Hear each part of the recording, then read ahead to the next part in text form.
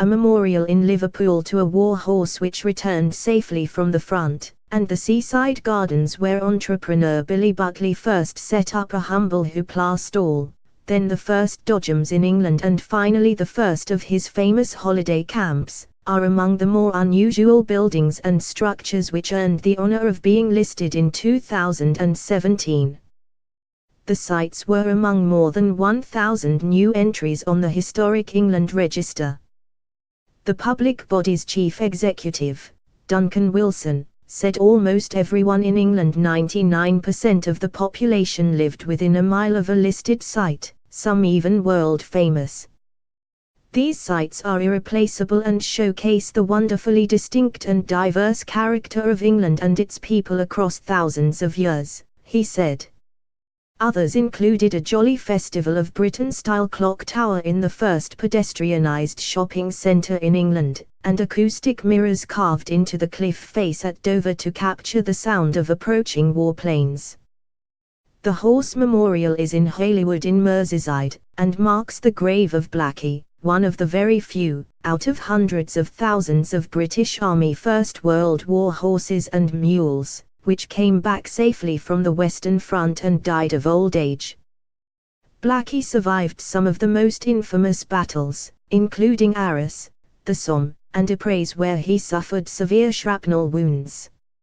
His master was the war poet Leonard Cummer Wall, who was killed in action in June 1917, aged 21, and whose mother bought Blackie when the horse returned to England. Blackie served at the Territorial Army Riding School and led parades through the streets of Liverpool, before being retired to a horse's rest home in Holywood, where he died aged 37 in 1942. He was buried with his master's war medals. The clock tower was designed by Frederick Gibbard for Crisp Street Market in Poplar, in the East End of London, the heart of a new housing estate, and became the centrepiece of an architectural exhibition in 1951 as part of the Festival of Britain. The complex included the Festival Inn, the first permanent post-war pub, also designed by Gibbard and also newly listed. Its interior, with a panelled dartboard area and a Festival of Britain mirror over the fireplace, was created by the brewery's then designer, R.W. Stoddard. By far the oldest of the newly listed sites is a Neolithic trackway near Doncaster in South Yorkshire, built 4,500 years ago across boggy land and shallow water, possibly for ritual use, carefully designed to appear even longer and more impressive as it narrows from 3 to 1 metre.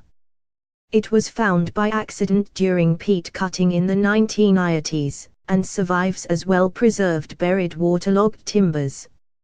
In contrast, Leith Hall was a 19th-century attempt at social engineering, built for local fishermen in Eastbury, East Sussex, in the 1860s by William Laidler Leith, a London philanthropist and leading member of the temperance movement.